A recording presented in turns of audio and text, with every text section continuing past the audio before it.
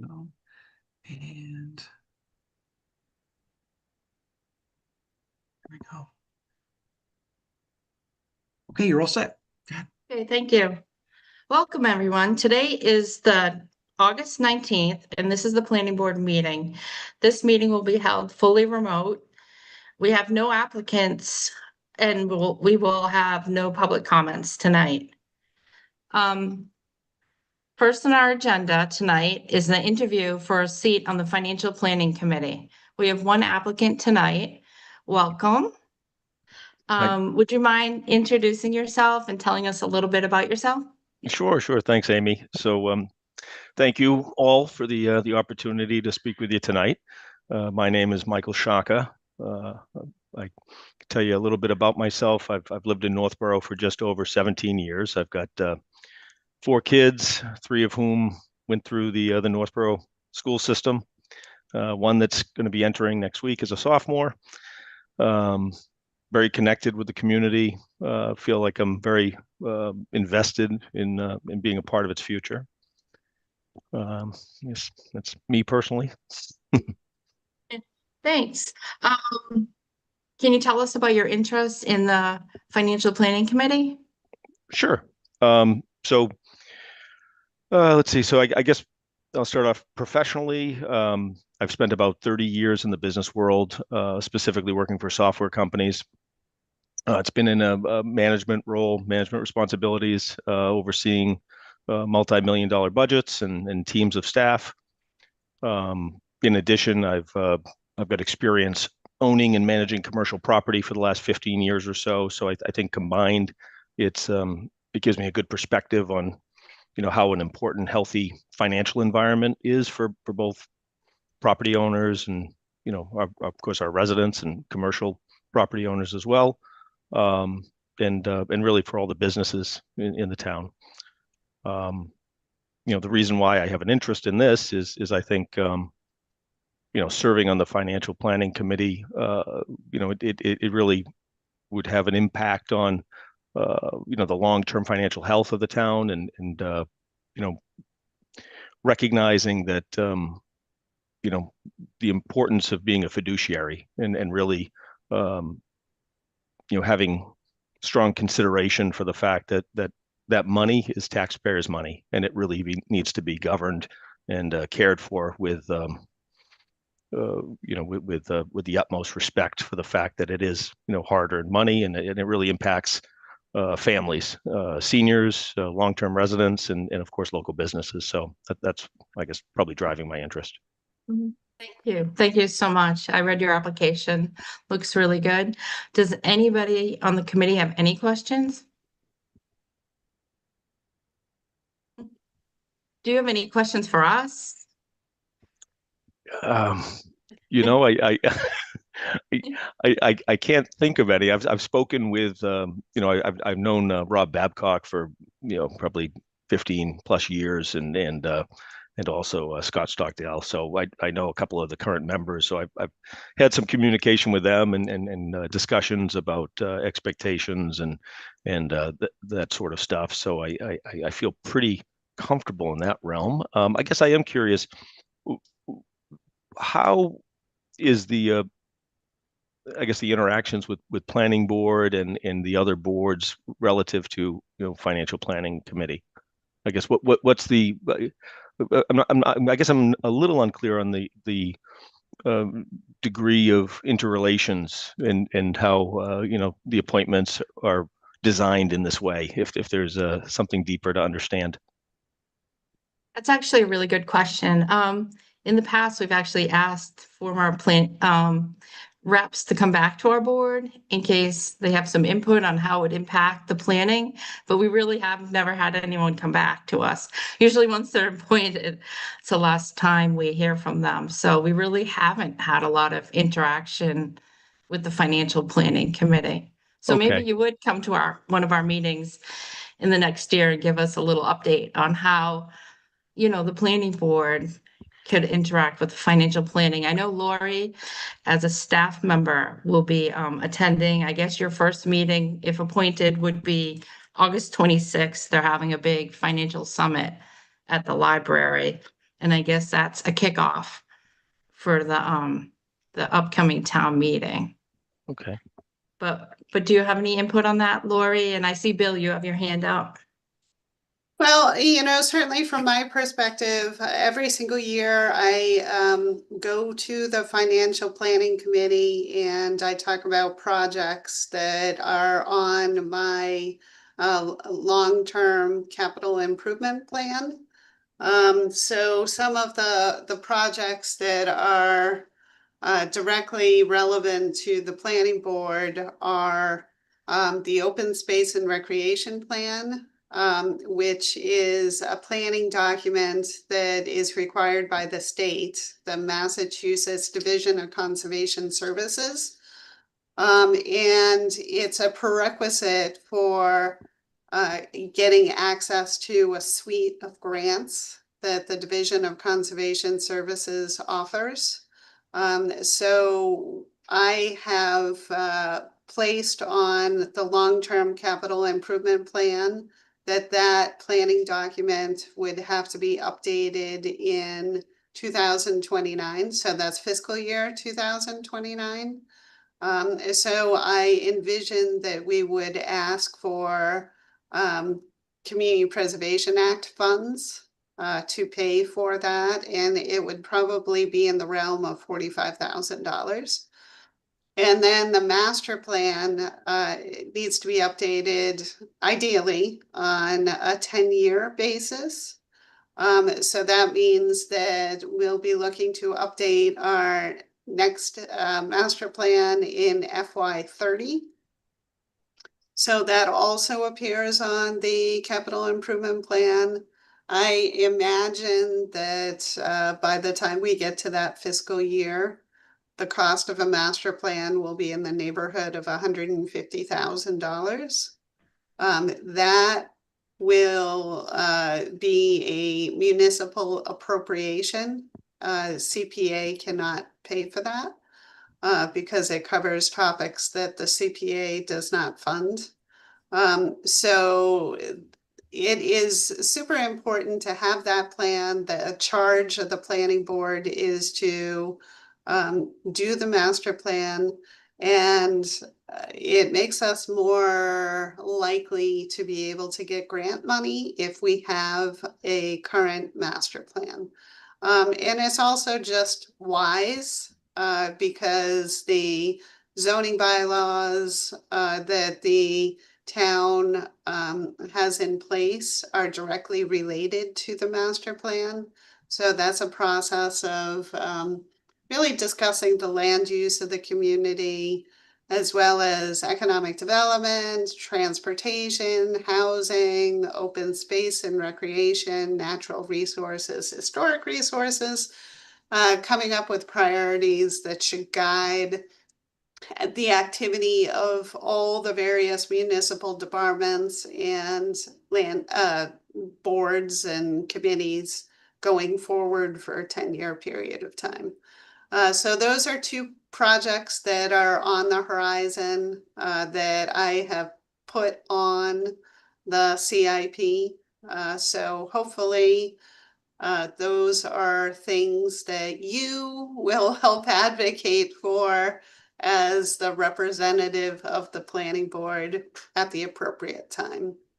And then there are other projects that may or may not be related to the planning board. Like, for example, of course, we've been talking about the Blake and Pierce Street downtown streetscape project. There may be other projects that come down the pike. A few years ago, we did the downtown revitalization project plan. So from my perspective, it would be helpful if the planning board's representative to the financial planning committee can advocate for projects that the planning board and the planning department are supporting. Or certainly, find out about them, and attend a planning board meeting if you have any questions, or reach out to me. Mhm. Yeah, that sounds like a great area where there's an opportunity to grab added insights necessary for making good decisions just based on understanding the vision of the planning board and the broader impacts of what that has on the financial implications of the town. So yeah, that sounds like a fantastic way to have some intercommittee uh, cohesiveness.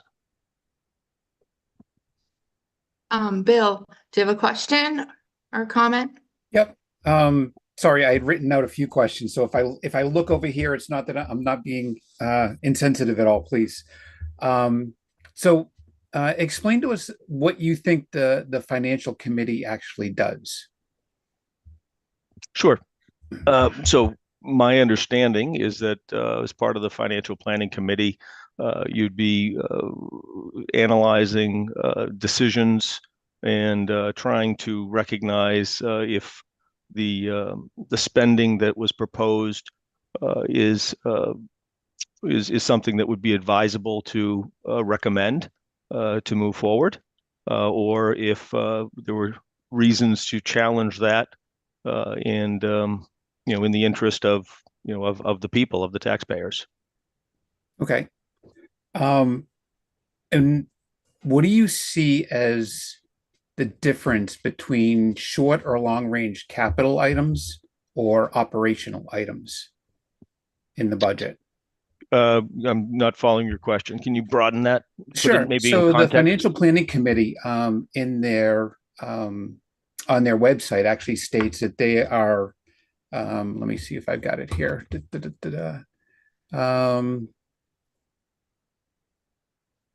Long range and short range financial planning matters and assist the town administrator in the development of a 5-year capital improvement program. So in that program, there are usually, separate capital items from operational items, right? And being able to identify the difference between those two, I think is important. So for example, capital items like the purchase of a vehicle is a capital item, right? Where the people, the equipment, the gas that go into that vehicle are operational expenses. Okay, so I guess I'm still not clear on what specifically the question is. Well, I wanted to see if you understood what the difference was between the two, between operational costs and capital costs, because the financial planning committee really deals with the capital costs, not the year-to-year, day-to-day operational costs Sure. that are associated with running the town. Yeah, and I think that there's certainly an area that is going to be focused on where topics are going to be up for discussion, and that's going to be governed by the chair. So I think that's really, where that guidance would be is with regard to what you're going to be discussing. But I think beyond that, I think my objective as a member of this board is even to go beyond that. And I think even if it's beyond the purview of operational versus immediate capital expenditures, I think that it's important to be vocal about being good stewards of the taxpayers' money, regardless. I think that while there is certainly things that are germane to the role, I think that the financial health is paramount to anything. The financial health of this town, and making sure that we're spending our money wisely and that we're preparing for a future that is one that we are in a good financial space, and we're watching over the best interests of our citizens, especially those that are most vulnerable, like the elderly and families and long-term citizens here. So I don't think that there should be walls or boundaries around, this bucket or that bucket. It's about making good decisions and being vocal about that. Okay. Just to interject, John Rappa had sent me an email mentioning that the new applicant should attend the September oh no, it's August, the August 26th Financial Summit, because he said that's where they show all the new members what processes take place for the Financial Planning Committee. So he said that that was paramount for new members to just understand the processes. So he said that, you know, a new member might not have watched a financial summit before or the financial planning committee from start to finish. So Mr. Rapper had mentioned that that was an important meeting to be part of, which is Okay. why he wanted us to have the interview before that meeting. Yeah, that makes sense. And the reason I bring that up is because I believe in the last, and correct me if I'm wrong, in the last town meeting, you made an amendment on the floor to cut the budget, the operating budget, across the board by 15%. Is that correct? That's correct. Yes. Okay. So now that you have a little bit more time, I know it's limited when you're in town meeting and you only get 3 minutes to talk. Now that you have a little bit more time, can you explain how you would cut the police budget by 15%? What would you cut? So the intent for that proposed amendment was to recognize that not on a specific level of you know, we can line item this on this, you know, department's budget or that department's budget. It's to recognize the fact that there's fat. There's fat across every budget in virtually every realm. And not to call out whether the police would have any cut at all or the fire department, but that the overall budget, it was my belief that when we're faced with a significant increase in the tax burden to our citizenry, that we need to be better fiduciaries. And we have had spending historically, in my opinion, that goes beyond the means of what we should be spending money on. So it was a proposition that I posed to the people of the town. I guess I'll go one step further. Here's an idea.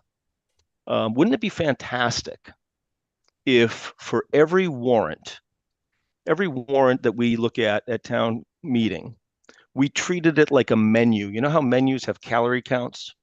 Wouldn't it be great if we had it like a calorie count on a menu, and we could break it down to the degree that we could tell taxpayers ahead of time the correlation between the cost and the benefit, so that people could see that, oh, maybe instead of getting the fettuccine Alfredo with chicken, maybe I'll get the grilled salmon with vegetables, because I don't necessarily need those extra calories.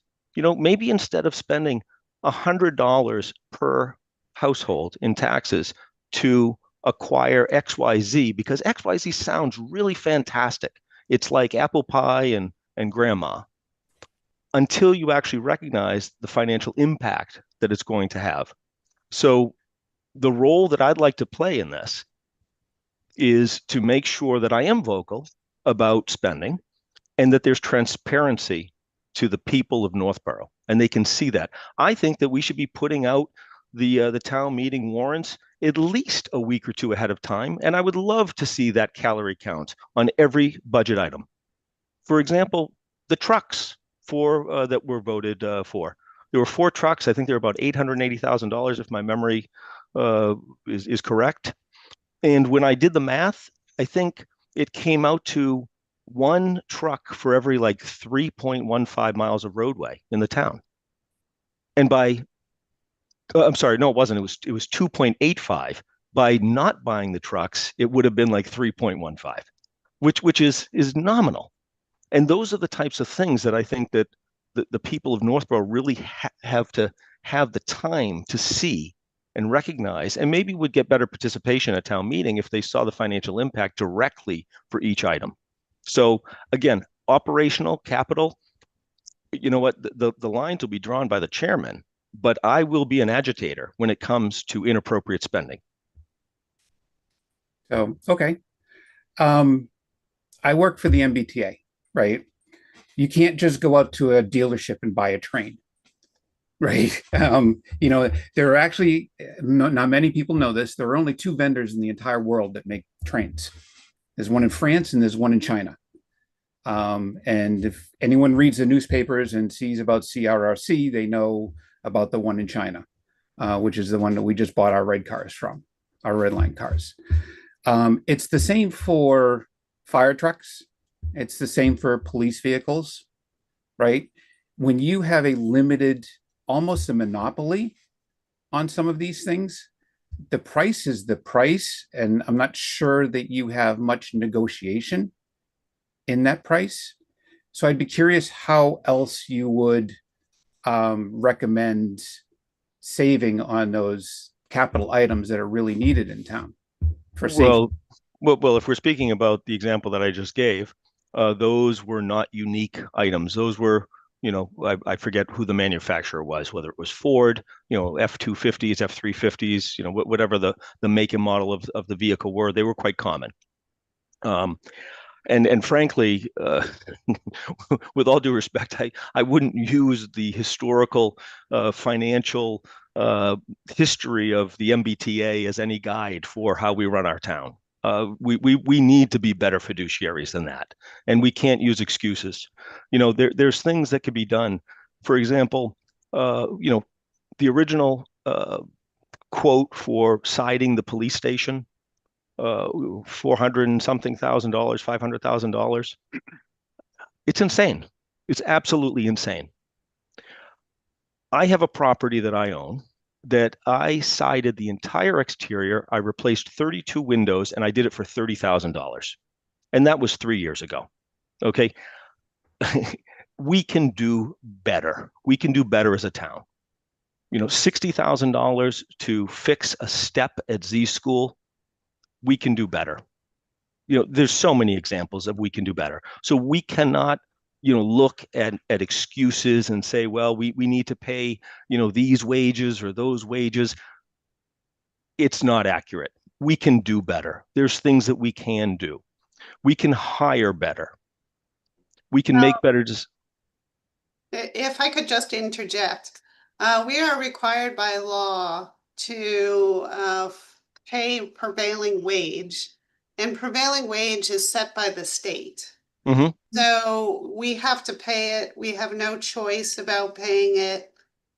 We are required by law to go out to bid, to follow the procurement law. And when it comes to bids, we are required by law to take the lowest qualified bid. So there isn't as much flexibility as you think there is. Well, the problem with that is I'm quite familiar with prevailing wage, and prevailing wage is not that different from wages that I come across without going with prevailing wage, without those restrictions. So there's a problem somewhere else, and I don't know exactly where it is, whether it's the way that we go about the bids, who's receiving the bids, how we're promoting it. There is a problem there when we're getting bids for $500,000 to do siding, $60,000 to fix a step. There's a problem there. And if that's the alternative of paying $500,000 to side the police station, then we need to look at other alternatives. Like, for example, maybe we hire 2 full-time carpenters for the town at a rate of $75,000 FTE. We bring them in, they do the work, and we have people that, it takes them 2 weeks to side the police station, and then we've got another 50 weeks of their services that they can be making other improvements in the town. Instead of spending $60,000 to cut down 20 very small trees at the Brigham Cemetery, we had the equipment in the town to do that, and we chose not to. We subbed it out, just like we sub out so many things. When I look at the DPW budget and I see $7 million roughly, I think it was $7 million, and I see how much is being subbed out, it's very disheartening. And I want to be a voice to the taxpayers when it comes to things like this. And if there's viable challenges to my arguments against that, then bring them on. But let's have a public discussion. And as I said, I have clear goals and objectives for the reason why I want to take this role. I'm not here just to have my name in print or to say that I was on a board on my obituary. I could care less about any of that. It's to be a member of this community and watch out for the fiduciary responsibilities that any member of any board in this town should have, caring about our people. Yeah. Millie has her hand up. Can I just do one more question? I have Oh, one sure. final question and that's it. I promise. The past town administrators, I feel, have done a good job setting up a rotating cost schedule for replacing some of our shorter term town equipment. There's not a sort of, it used to be there was a rich time, poor time, right? You would have to buy 5 vehicles all at once, and then you wouldn't have to buy another one for 10 years. And then all of them would go out again, right? They've done a really good job at splitting that cost up so it's amongst, it's an every other year cost. However, they did not do a good job of doing that for longer term items. Things like building maintenance, like you mentioned, the police station, right? And a lot of that is now coming due, right? We've got a fire station that can't fit the equipment. You mentioned the police station with the siding. We've got a town hall that is in an old school building that was actually put there temporarily. It was supposed to be temporary back in the 1990s, and it's still there because no one has wanted to foot that bill, if you will. So what suggestions would you make to put the town on a better footing long term rather than we've talked about the short term. Now, what about the long term building maintenance, schools? We've got schools with leaking roofs, right? What would your suggestions be for those? Sure. I mean, maintenance is not negotiable. I mean, you need to recognize that you take care of your things, you take care of your tools, you take care of your buildings. Absolutely. The challenge I have is paying too much to do it. So I have no disagreement with having a common sense schedule to make sure that you're taking care of your things, because if you don't take care of your things, it's going to cost you more in the long run. What I do have a problem is a $500,000 HVAC system for the current town hall. I do have a problem with a $500,000 siding proposition, or $60,000 trees, or $60,000 for a step. That's where I have a problem. So there's no, please don't confuse the difference between making purchases or having maintenance on certain items. It's paying too much and not being good stewards of the taxpayers' money. That's where I have a problem. Okay, thank you. Sure. Thanks. Millie? I actually, the last question that Bill asked was the one that I had on the back of my mind. So thank you, Bill. I appreciate that. And I think your answers, Mike, are really spot on. And that you bring a perspective to the board that I think has value. You're going to be asking questions and you're going to be looking for alternative methods. And I think that maybe that is something that the town could benefit from. Thank you. Okay, any more questions? Oh, Carter's got a question. Carter? Hi. So first, just a general question, not necessarily to Mr. Shaka, but just to make sure I know what we're doing here. How long is the appointment for? 3 years. Is it 3 years? Yep. Okay. All right. So I guess my first question, if you were not going to be on the financial planning committee, are there any other boards or committees that you would be interested in serving in? So, I at the moment, this is the only area, just because of my background. I don't think that I have the bandwidth at this stage of my life to entertain the select board, nor do I feel that I have the experience in town government to make a run for something like that. So other than something in that realm, I think that this is probably the best lane for me, given my past experience and knowledge. And if in the future, time frees up and I feel that I could make a positive impact, maybe I'd entertain something else. But at this stage of my life and my knowledge and experience, I think this is probably the best place for me. Okay.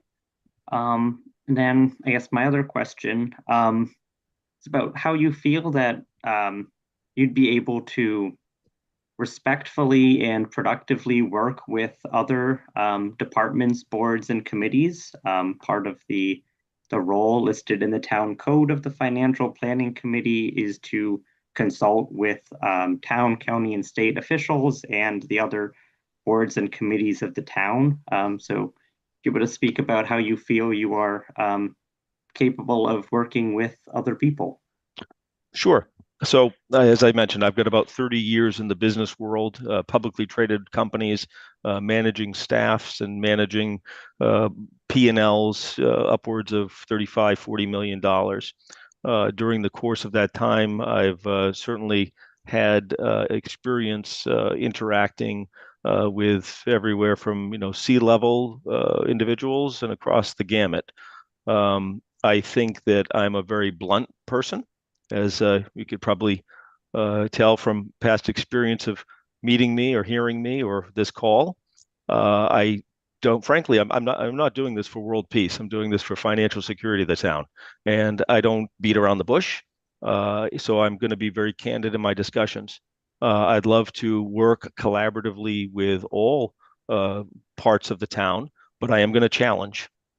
I am going to challenge when I think that there's something that doesn't smell right. And if the responses have merit, well, then that will be the final arbiter.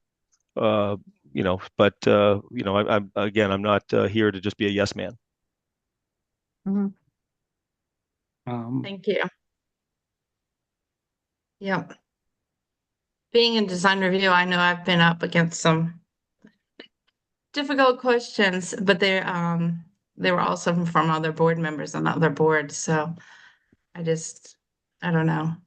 I don't know what I was trying to say here, but I didn't feel that Mr. Sharka's comments were any more than what I've gotten from other members on other boards at town meeting.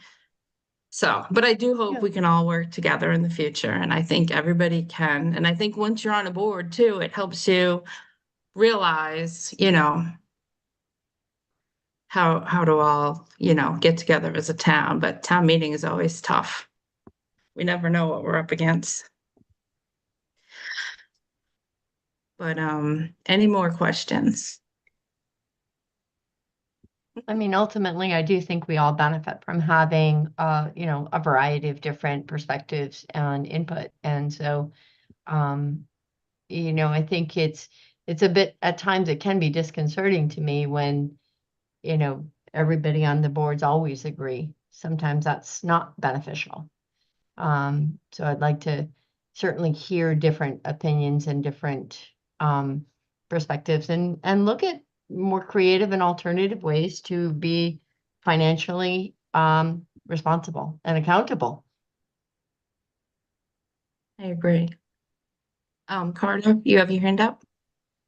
Yeah, I mean, I think you'll probably agree that you're a very highly opinionated person and very vocal. And I think that's a good thing, that you're wanting to get involved in committees and stuff, and that you'll bring your voice to our town government. My only kind of thing that I'm also hoping you'll be able to do is listen also to the other voices in the government and in the town, that you're not only serving yourself and your opinions. You're also would be serving, you would be our representative of our board, and you're also working with a whole community, and I'm just hoping that you will respect everyone in all of them and understand that there's a lot of conflicting interests that I'm just hoping that you will be you'll participate in dialogue and not only be your own opinions, but also coming to a consensus as opposed to just an argument. Yeah, well, I think being cordial and listening to arguments is critical and important as part of the dialogue.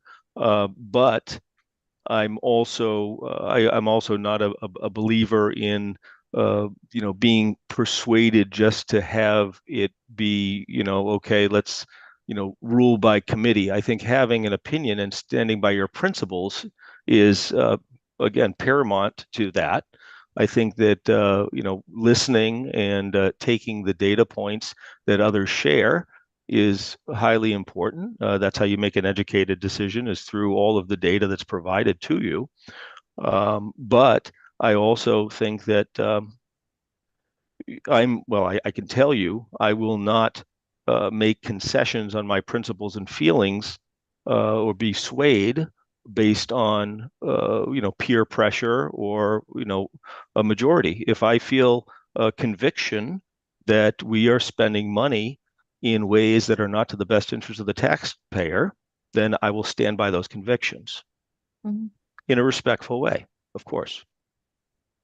I think that's important. I think most of the boards, even financial planning, they're not all 5-0. So everybody should be able to have an opinion and vote without having to be swayed.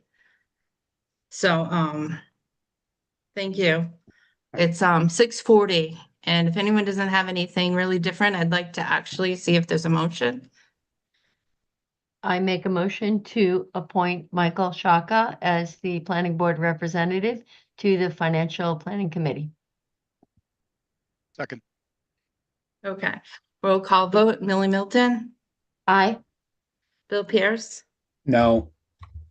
Anthony Zaitin, Aye. Carter Brannon, Aye. and Amy Pretsky's an aye. So welcome, Michael. Thank you for stepping up. Thank you so much. And your first meeting will be August 26th. There'll be the summit. And then September 2nd is the first meeting of the Financial Planning Committee. And so after tonight, you'll have to go to the town clerk and get sworn in. Okay. And Lori, can you forward his information to Mr. Rappa? John Rappa is the chair of financial planning. So once Lori forwards this information, he'll reach out to you, I'm sure. Okay, fantastic. Well, thank you. Thank you all very much. I appreciate the opportunity and the trust that you've put in me. So I hope to do good by the board. Thank you so very much. Thank you. Yep. Have a good night. You as well. Good Bye. Okay, next on the agenda is the definitive plan endorsement for 0, 200, 220, and 250 Southwest cutoff. And we received an email from Lori that item will be continued till September 2nd. Is that right, Lori? September 2nd? That's correct. They need to make some changes to the Mylar as well as the covenant, and they were not able to get that done in time for tonight's meeting. Okay. All right, I don't think we have to vote on that because it's not an open application. Okay, so the third item tonight on the agenda is the warrant articles. And I wanted to focus on the warrant articles for the fall town meeting. And then Bill and Carter, and there have been some great articles sent in that may take some more discussion. So I'd like to bump those till September if we could. Yeah. But for tonight, Lori, would you mind describing what the warrant article is that we're discussing tonight? Sure. I can pull it up. I can find it on my screen, so just bear with me. I'm going to close out of a few things because it is not showing up. So maybe I got too much on my screen. So I'm going to get rid of stuff and then try again.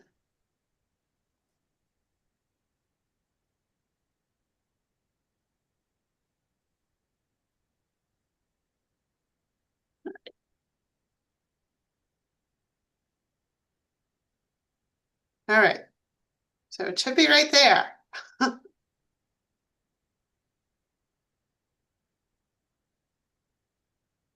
I don't see Oh, it. here we go. I got it.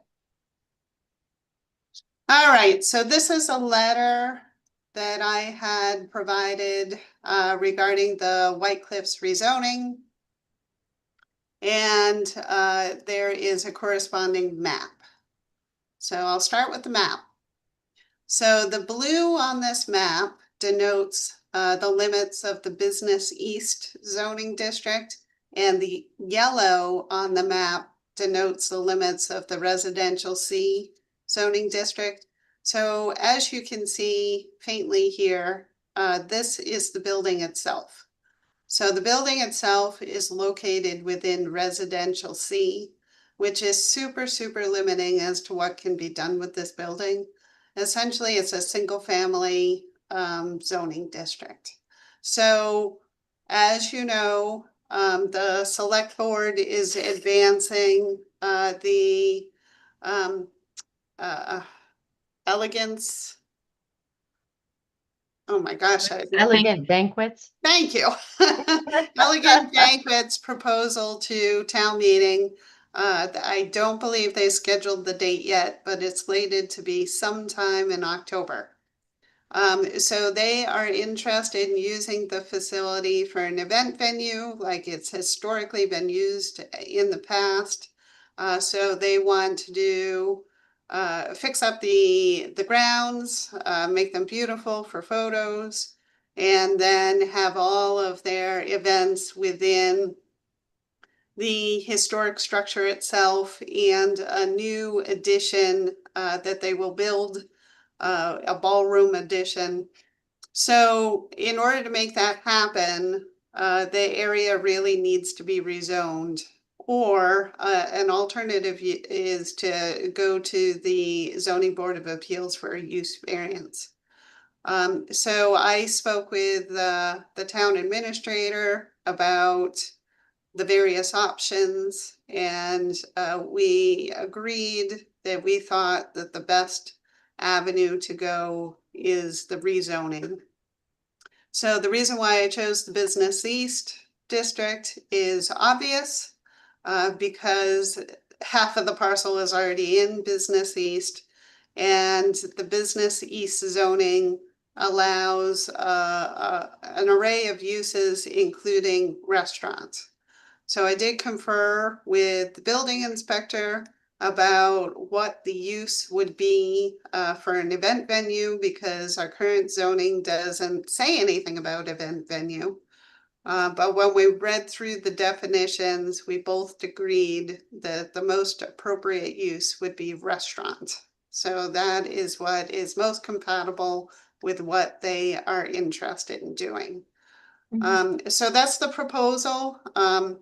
Stephanie asked me for this this proposal a couple of weeks ago. So we had not yet discussed it before the planning board.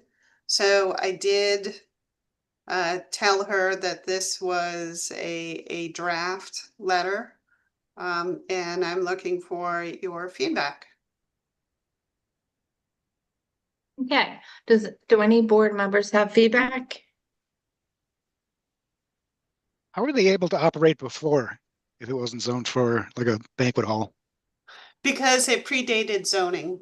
Okay. So it had been operating as a restaurant use since the 1940s. And zoning was adopted in the town of Northborough in 1955, I believe. Is there, how, is it two properties? I mean, I was just wondering how they zoned this way, if they knew that White Cliffs was there. It is. So there are two separate parcels. Okay. So there's this little landlocked parcel that, of course, is not buildable unless it's affiliated with the White Cliffs Mansion. Gotcha. So they're both both owned? both of the parcels are town owned. Gotcha. Okay. Carter, I see your hand up. Do we know if the is the town looking to sell the property or lease the property? So it's my understanding that the town is looking to lease the property, and they're working out the logistics. I have heard that there may be some sort of option to sell after a certain period of years. But I'm not sure that all of the details have been finalized as of yet. Yeah, I just like one thing to consider with rezoning is in the event that something happens to the White Cliffs and the property is going to be redeveloped differently, it would change what could possibly be done with the property. Well, there will be a preservation restriction on the building. Mhm. So the preservation restriction will say that you have to preserve this building. And there are certain features that will be spelled out in the preservation restriction that will have to be preserved as well. So any sort of sale of the property will have that preservation restriction along with it. So even if, 20, 30 years from now, they're interested in doing something else, the preservation of the mansion is part of that. Lori, on that note, the preservation restriction is not in place yet. Is there a timeline for that to be put in place? Yes, so it's my understanding that the town administrator is in the process of hiring a consultant. So the Community Preservation Committee did authorize the use of funds, administration funds to pay for that consultant's services. And so the consultant is going to be working with, well, of course, we need to know if the town meeting is gonna support leasing the property to the banquet facility. So that will have to be known before they can finalize the preservation restriction. Okay. As far as I understand. So, and the process of coming up with the preservation restriction will take a matter of months, but it is in the works.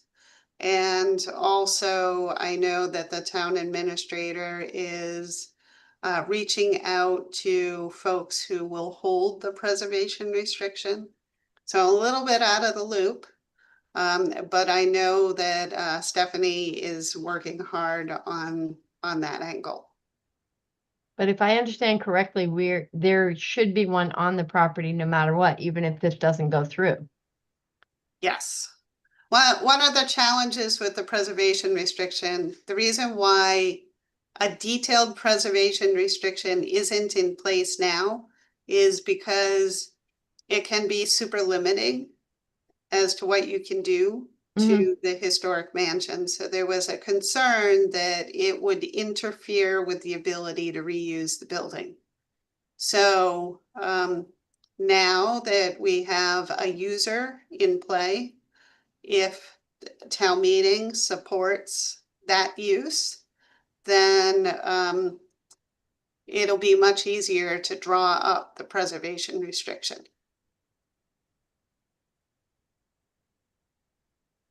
Okay.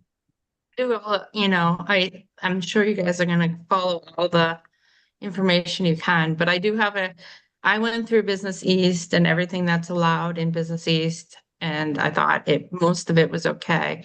My only concerns are with the drive-through retail and drive-through restaurants.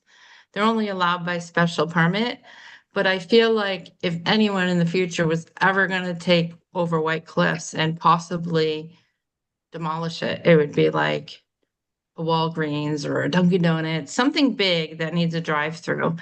And, you can say, oh, it wouldn't happen because there's a preservation restriction, but it did happen to a town in New Hampshire where a Dunkin' Donuts person, he was a franchisee, bought a historical home that the town loved, had a preservation restriction, sat on it for like 10 years till it crumbled. And he's like, well, there's nothing left of this preservation restriction. And they put up their Dunkin' Donuts in the end. And I know we can't, foresee everything coming down the chute. And I really am excited for the Elegant Banquets because I do think, they want to do great things there. But like how Carter had mentioned, I worry about the future. Say like they decide to sell in the future. I just hope there's nothing in Business East that will, allow it, to be demolished. That's all I had to say, but I do hope, I think if they put the money into it, they're gonna wanna keep it going for years and years to come, and it sounds like they do wanna do a great job.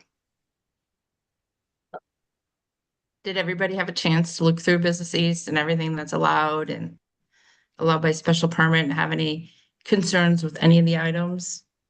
Yeah, well, I guess the fitting as an event venue, as a restaurant is what we have now in place for what's allowable in Business East, but I did read in their RFP that they are looking to put in hotel or possibly overnight lodgings, and that is not at this time allowed. So is that something that we need to address? I wasn't aware that they were talking about lodging on this property. I believe that, well, at least my conversations with them had talked about maybe doing lodging on a different property in the downtown area. Like, I for example, there was mention that, for West Main could be like a little boutique hotel. But that wouldn't be here. might have to reread that again. I thought their RFP talked about possibly having a bridal suite above the actual event venue. They did talk about that, but that's changing space. So it would be that the bridal party would come to the facility, they would get dressed, they might have champagne. So they Okay. could spend a few hours preparing for the wedding, but it wouldn't be overnight facilities. Okay, so then I think I misunderstood that there's not overnight lodgings then. Okay. Are there any more questions, concerns? We would not have a public hearing on this for like, I was think mid-September, if we go through with it. Yeah, if you folks are okay with this, I really would like to start advertising the public hearing because as you know, the turnaround time is about 3 weeks from when we start advertising to when we hold the public hearing. So of course, right now it's August 19th. So I would like to have the public hearing on September 16th. Assuming that they're gonna have the town meeting sometime in October. So of course, we have to have the public hearing before town meeting. We're obligated by law, otherwise it can't be on the warrant.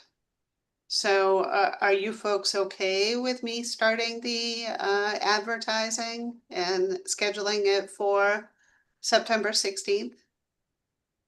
So just one quick question. So didn't we talk, for some reason, I remember talking about this. Didn't we put a warrant article together to do this exact same thing, not for the last year's annual meeting, but the year before? We did. And you folks didn't want to go forward with it at that time because you didn't know what the use was going to be. So you wanted to wait until you knew what the use was going to be. So you had that level of comfort. Okay, yeah, I just wanted to make sure we didn't put it forward, and that's what I thought, but okay. Yeah, no, I think this makes perfect sense. Is this a letter that we're supposed to agree to? I don't think I saw it. Oh, do you want me to pull it back up? Or do you mind if I just read it super fast? Yeah. So this is the letter that I provided to Stephanie. So I can, let's see if I can make it a Is little it from the smaller. board or it's just from, I might It's have already from read me. it. Is it? Oh, it's from you? Then I probably read it. Then that's okay. You don't have to bring it up. I thought it was a Okay. new one that you wanted us to agree to tonight. Nope, nope. I Okay. just had the rationale here. So I wanted to show that to you folks in case there were questions about what the use would be of the event venue. Okay, thank you. Carter, I see your hands up. Yeah, I'm just kind of thinking about what people might kind of say about this. And because it's two parcels, you know, and I remember when the previous bids for the White Cliffs, there was a lot of opposition to one of them that would involve a bit of construction that they felt was too close to their properties in that neighborhood. So I'm just kind of wondering if people would be trying to get that kind of back non-buildable lot taken out of the proposed business district. Well, I just want to remind you that this will go through a whole permitting process. So it will trigger, so the restaurant use is a special permit use by the Zoning Board of Appeals. So the Zoning Board of Appeals will be approving the layout, and also they will be the site plan approval authority. So they will be, I'm sure, interested in screening. I did already discuss that with the folks from the event venue. That certainly we'd be interested in seeing screening of these residential properties. And I know that the addition, the ballroom addition that they're proposing, it does have windows, but they have a lot of soundproofing. So there won't be any noise evident from, you know, the bands or the DJs or whatever outside of the building itself. Now, will those abutters get a notification of our public hearing? I can.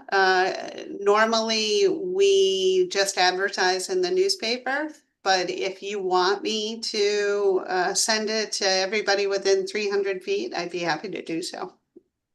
I think we should send it to them because I think it's better to vet their concerns before we get on town meeting floor. Yep.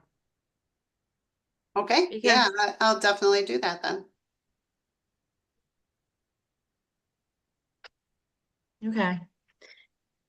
Okay, is everybody all set with that, with Lori sending out a public hearing notice and Mhm. alerting, or just sending out an abutter notice to all the abutters so they can attend? Yep. Okay. All right, that sounds good. Next on our agenda, let me see. It was open. A&Rs, lot releases and bonds. Do we have any, Lori? I You don't do think not. so. Okay, minutes of July 15th, 2025. Carter had some changes. Did anybody else have any changes? No. Nope. Does anyone have any issues with Carter's changes, or do I hear a motion to approve July 15th, 2025? So moved. Second, Okay, roll call vote. Bill Pierce, Aye. Anthony Zaitin, aye. Millie Milton. Abstain. Yeah, I'm sorry. Okay. I have Oh, you to weren't there abstain either? too. Okay. Carter Brennan, Aye. and I'm an aye. Minutes have been approved. Any subcommittee updates? Yes. Okay, Carter? Let me pull up my notes. We had a open space committee meeting on July 28th. I'm the new planning board representative and Jacob Jones is the new select board representative.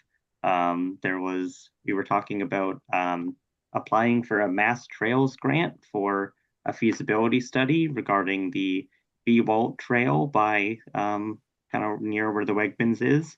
And also the Aqueduct Trail is also kind of connected to that. I know one thing they were saying is that there maybe is a little bit of progress about getting the MWRA to be okay with gravel or paving on the aqueduct, and that's something they're working on. But yeah, they're trying to apply for a grant for Mass Trails for a feasibility study and looking at if easements are likely and if funding and design for what the Bewalt Trail in Northborough would look like. Westborough is well ahead of us on this stuff, but Northborough's trying to continue to be interested. There's also, they've been working with the Sudbury Valley trustees. The trustees want to contact landowners in town, which the committee has done in the past, trying to see if landowners are interested in protecting open space. And now this organization also wants to contact them to see if people are interested. So I think they're planning on getting a representative at the next meeting, which will be September 29th. And then we also talked a bit about the Whitney Street property that I'm not sure exactly what year that it was, last year or this year, that was purchased over by the industrial area, that there's a bit of trash and wooden pallets, but nothing hazardous. And that the back part by the beaver pond is very beautiful. And so they've been working on getting that to have trails in it. Great, thank you. Those are all great things. Thanks, Carter. Does anybody else have an update? We had a design review meeting and we have been going over the parking bylaws. So Mark has worked on putting the parking bylaws into a chart that will be added to the design review guidelines. So it'll be easier because the parking guidelines in our zoning bylaws, it's quite a few pages. So when you put it together in a chart, it made it easier to read. And what came out of it was a couple bylaws that I can bring up at the September meeting.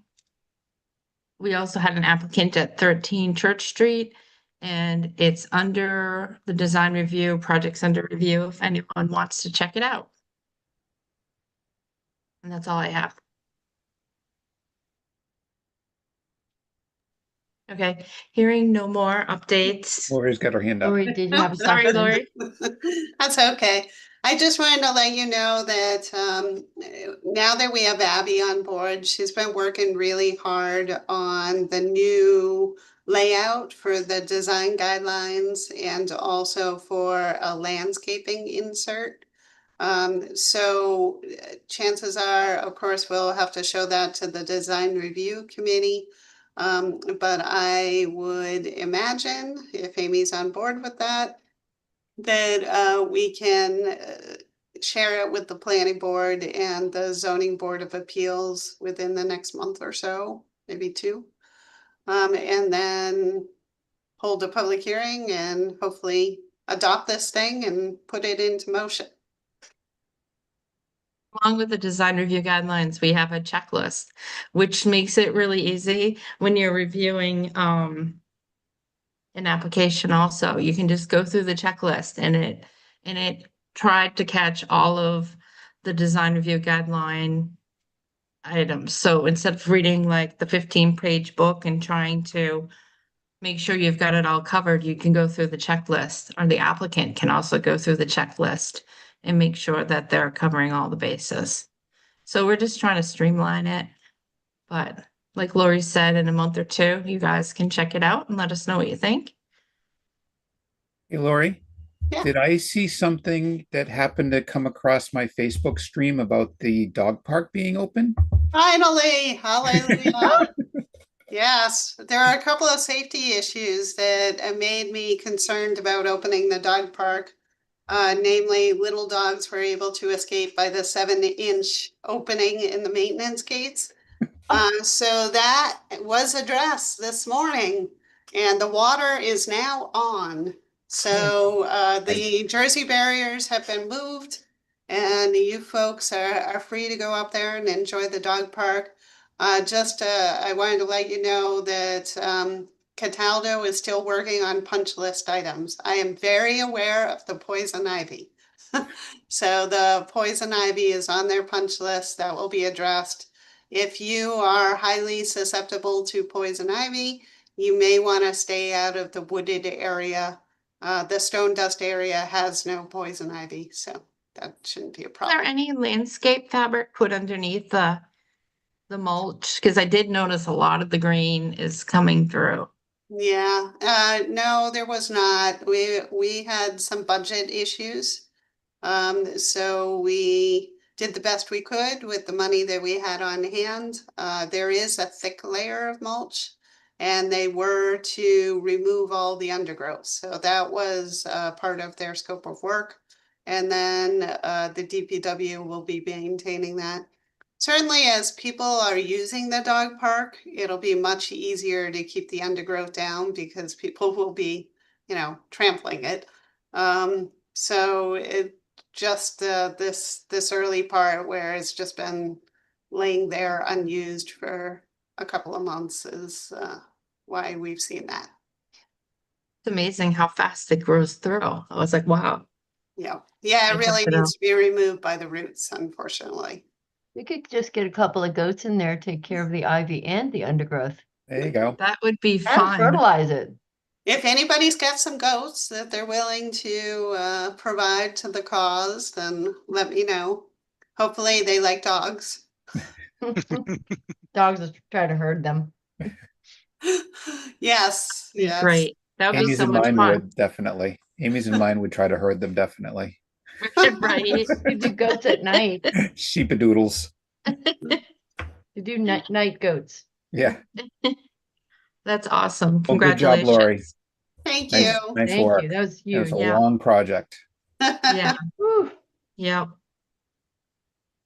Okay, everybody, the next planning board meeting will be September 2nd, ZBA August 26th. And the master plan is this Thursday. Yep. So is there anything else anybody would like to add? Hearing none, do I hear a roll call vote to adjourn? Or a Motion to adjourn? So moved. Okay, roll call vote, Bill Pierce, Aye. Anthony Zaitin, Aye. Lily Milton, Aye. Carter Brannon, Aye. and I'm an aye. See you guys. See you on the 2nd. Thank you, everyone. Good night, Bye. everybody. Night. Thank you. Bye, thanks.